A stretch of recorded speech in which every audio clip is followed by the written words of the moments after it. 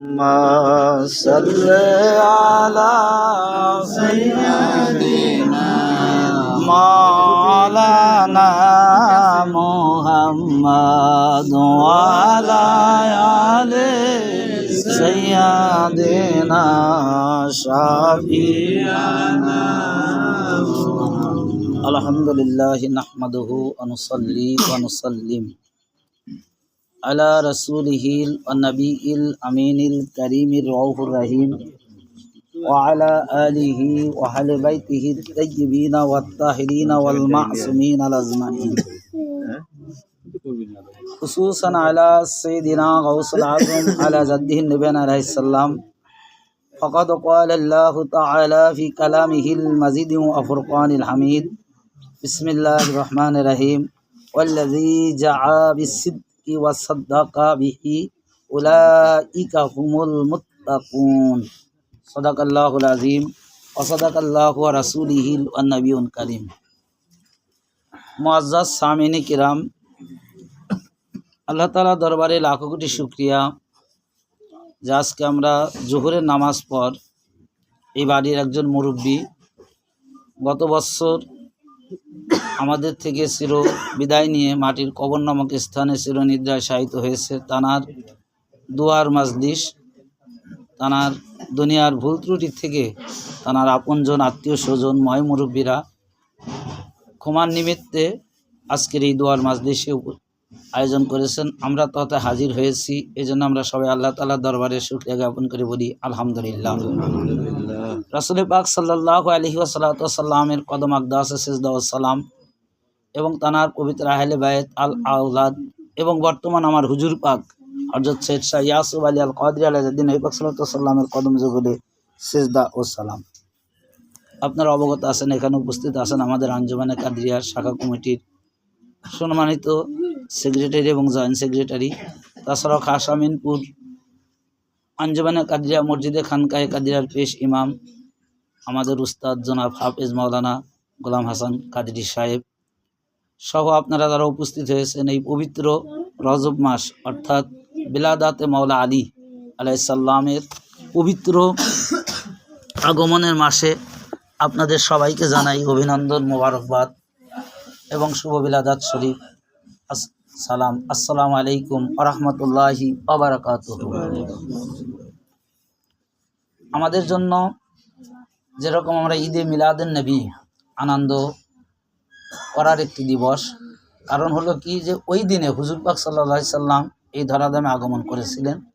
তানার বহিঃপ্রকাশ হিসাবে উম্মতি মুহাম্মদ জানারা আছে, আমরা তার শানে ঈদে মিলাদুন নবী পালন করি। ঠিক আর একটা ঈদে মাওলা, সেটা হলো এই 13ই রজব, অর্থাৎ এই 13ই রজবে খানায় কাবার মধ্যে মাওলা কায়নাত পাক তিনি আগমন করেন।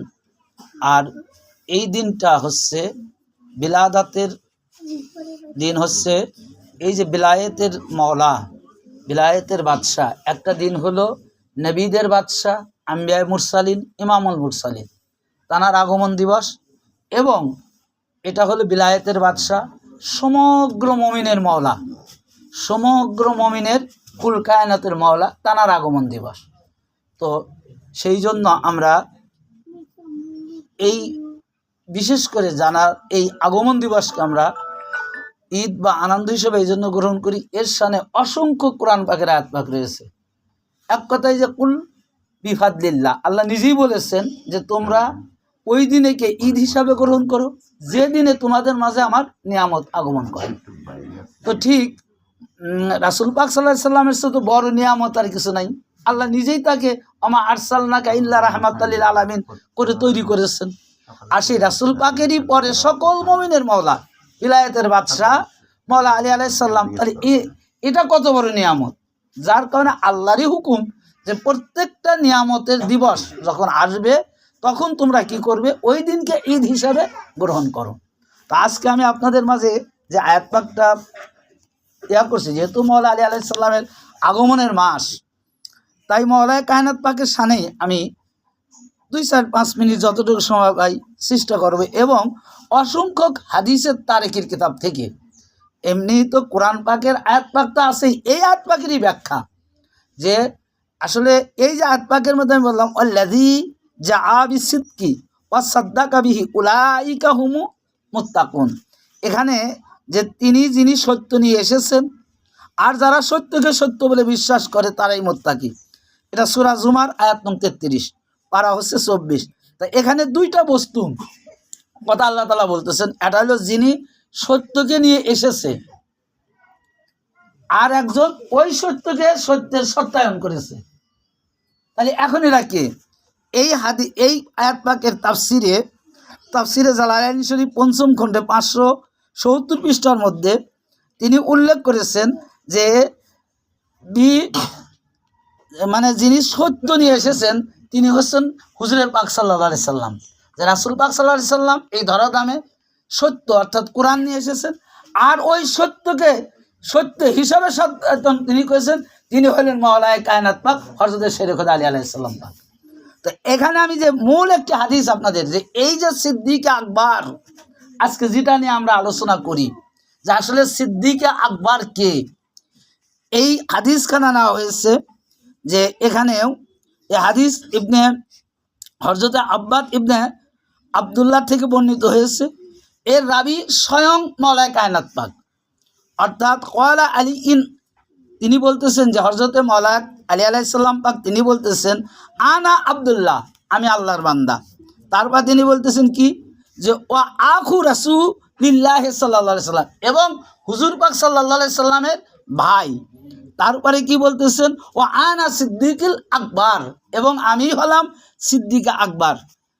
এই হাদিসটা বর্ণনা করার পরে মাওলা কায়নাত পাক তিনি এরপরে একটি খুব হুঁশিয়ারি শব্দ দিচ্ছে যে লা ইয়াকুলুহা বাদি ইল্লা কাযযাবা, অর্থাৎ বলতেছে যে যদি কোনো ব্যক্তি আমার এই হাদিস বর্ণনা করার পরে যদি কোনো ব্যক্তি আমাকে মাওলায়ে আকবর হিসাবে না মানে, ওর সে বড় মিথ্যুকার পৃথিবীতে নাই। যে এটা কে বলতেছেন? যে হুজুর পাকের হাদিস। তা আজকে আমরা কেন ভাই সিদ্দিক আকবর বলি মাওলায়ে কায়নাত পাককে? যে কিসের জন্য বলি? যে হিসাব করে দেখেন যে মাওলা কায়নাত পাক তিনি বলতেছেন যে লা ইয়াকুলুহা বাদি, আমি রাসূল আল্লাহর বান্দা, এটা আমাকে যেরকম আমি বলতেছি, রাসূল পাকের ভাই এটা যেরকম, এবং রাসূল পাক যে কোরআন পাক নিয়ে এসেছেন, যে ওয়াহাদানিয়াতের দাওয়াত নিয়ে এসেছেন, এর সর্বপ্রথম তাসাদ্দাক অর্থাৎ সত্যায়নকারী হলাম আমি মাওলা আলী আলাইহিস সালাম। অর্থাৎ আমি এই বিশ্বের মধ্যে যত সিদ্দিক আছে সকল সিদ্দিকের বড় সিদ্দিক হলো মাওলায়ে আকবর।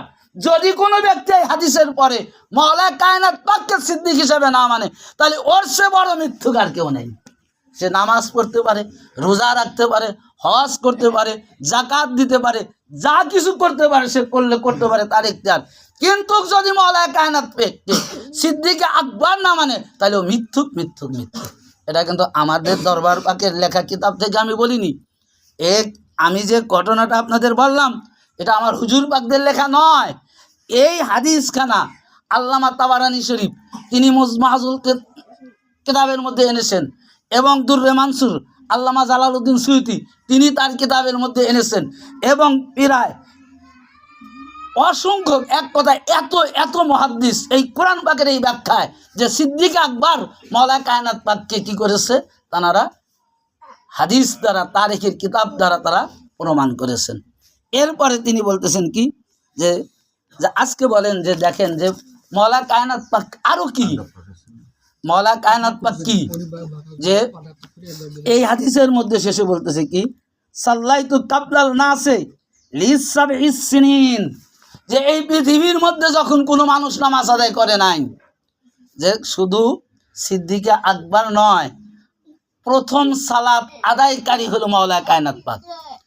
এবং হুজুর পাক সাল্লাল্লাহু আলাইহি সাল্লামের এই হাদিস থেকে মাওলায়ে কায়নাত পাক বলতেছেন যে যখন পৃথিবীর মধ্যে কোনো মানুষ এক ওয়াহদানিয়াতকে চেনে নাই, এক আল্লাহকে চেনে নাই, নামাজ চেনে নাই, তাওহীদ চেনে নাই, সকল মানুষের 7 বছর আগে আমি মাওলা আলী আলাইহিস সালাম মাআজ সাল্লাইতা রাসূলুল্লাহ সাল্লাল্লাহু আলাইহি সাল্লাম, যা আমি মাওলা আলী আলাইহিস সালাম হুজুর পাকের সাথে সকল মানুষের 7 বছর আগে আমি সালাত আদায় করেছি। তাহলে আউয়ালুস সালাত আদায়কারী কে? মাওলা কায়নাত পাক। কোরআন ওয়াহদানিয়াতের তাসাদ্দাক অর্থাৎ সত্য হিসাবে কে স্বীকৃতি দিয়েছে? মওলা কায়নাত পাক। এবং এ ঘটনাও জানেন যে যখন রাসূল পাক হীরা পর্বতের গুহার থেকে যখন সত্যের এলান করা হলো, তখন সকল মক্কার কাফের মুশরিক বেদুইনদেরকে ডাকা হয়েছিল। সেই সময় মওলা কায়নাত পাকের বয়স ছিল মাত্র 8 থেকে 9 বছর। তিনি যখন হুজুর পাক যখন ওয়াহদানিয়াতের অর্থাৎ কালিমা তাইয়্যিবা লা ইলাহা ইল্লাল্লাহ এই দাওয়াতটা যখন দিল, সকল মানুষ মুখ ফেরায় নিয়ে গেল, কিন্তু মওলা কায়নাত পাক তিনি ওখানে দাঁড়িয়ে তিনি বলেন যে ইয়া রাসূলুল্লাহ, ইয়া হাবিবাল্লাহ, হুজুর আজকে আপনি যেটা নিয়ে এসেছেন এটা সত্য সত্য সত্য। আমি আপনার এই সত্যকে, আপনি যে আজকে সত্যের এলান দিলেন এই জায়গায়, এই সত্যের কি করলাম আমি সত্তার হিসেবে আমি সর্বপ্রথম আপনার এই ওয়াহদানিয়াত আল্লাহর তরফ থেকে যে ওয়াহদানিয়াত নিয়ে আসছেন এটা আমি মেনে নিলাম। তো ভাই, আমরা আলীর জিকির করি না, আমরা আলী আলী করি না। আলী কি? আরে আলী তো আল্লাহর নূর থেকে এসেছে, আল্লাহর ঘরওয়ালা আলী। 13ই রজবের মধ্যে মওলা কায়নাত পাক তিনি জন্মগ্রহণ করলেন শুক্রবার। সেদিন কোন জায়গা থেকে? যে দেখেন পৃথিবীর কোনো মানুষ আজ পর্যন্ত হবে না যে খানায় কাবা, মসজিদ তো দূরের কথা, সাধারণ মসজিদ, কোনো মানুষের জন্ম খানায় কাবার মধ্যে হয়নি। হজরতে মরিয়াম আলাইহিস সালাম তিনি বাইতুল মুকাদ্দাসের খেদমতগার হিসেবে ছিলেন। যখন তার গর্ভে হজরতে ঈসা আলাইহিস সালাম আসলো, তাকে আল্লাহ তাআলা সরায় দিলেন। কেন? যে একমাত্র আল্লাহর ঘর বিলাদাতে মওলা আলীর জন্য খাস, বিলাদাতে মওলা আলীর জন্য খাস, যার কারণে আল্লাহ রাব্বুল আলামিনের সেই পাক পাঞ্জাতনে নূর পাকের ওয়াহদানিয়াত নূর একজন আল্লাহর ঘর থেকে তৈরি হবে, আর একজন মওলা অর্থাৎ নবী পাক সাল্লাল্লাহু আলাইহি সাল্লামের ঘর থেকে আসবে।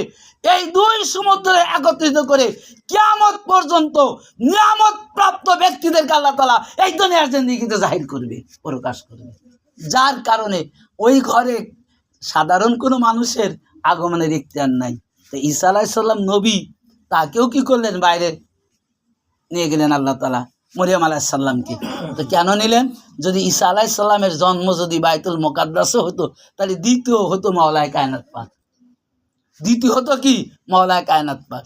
আরে ভাই, আজকে একটা কথা জেনে রাখেন, আপনারা আমরা নামাজ পড়ি, নামাজের মধ্যে গায়রুল্লাহকে স্মরণ